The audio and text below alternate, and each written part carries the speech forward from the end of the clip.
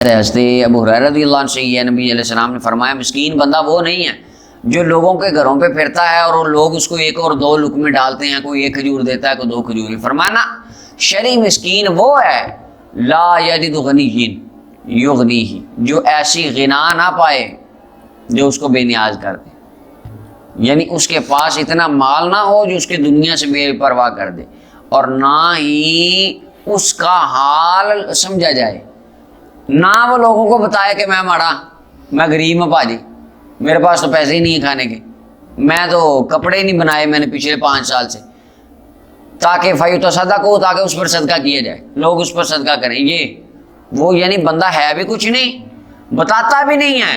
ولا یقوم فیسأل الناس، کھڑا ہو کے لوگوں سے مانگتا بھی نہیں، سفید گوشت۔ فرمایا اللہ کو یہ مسکین اچھا لگتا ہے،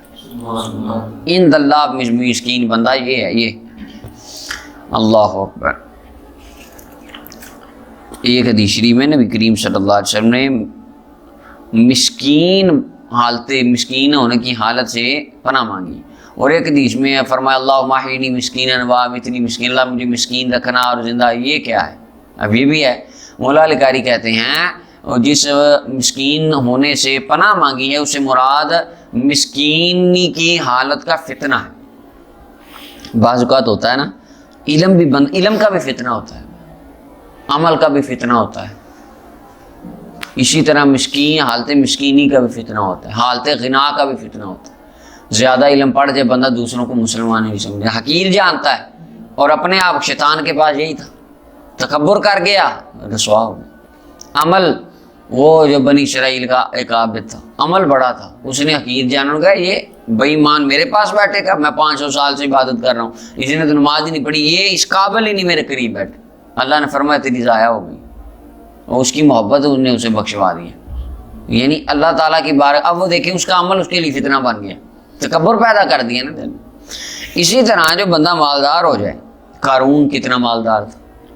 زمین میں دھنس گیا، خزانے سارے تباہ ہو گئے۔ اسی طرح ایک مسکین بندہ، وہ حدیث شریف پیچھے گزر گیا، مشکات میں گزری، فرمایا دنیا 4 طرح کے لوگوں کی، ان میں چوتھی کیٹیگری وہ بندہ جو خود بھی غریب ہے، خواہشیں بھی اس کی بری ہیں، وہ کہتا ہے اگر میرے پاس اتنا پیسہ ہوتا تو میں وہ حرام کام کرتا جو فلاں کرتا۔ فرمایا گناہ میں فوزرہما سواء، گناہ میں دونوں برابر۔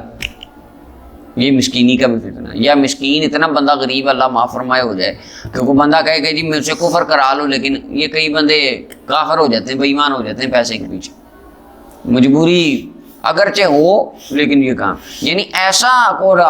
آتا ہے وہ روایت میں مولا علی قاری رحمۃ اللہ لکھا کہ کاد الفقر یکون کفرا، قریب ہے کہ فقر بندے کو کفر تک لے جائے۔ تو نبی کریم صلی اللہ علیہ وسلم نے ان حالتوں سے پناہ مانگی،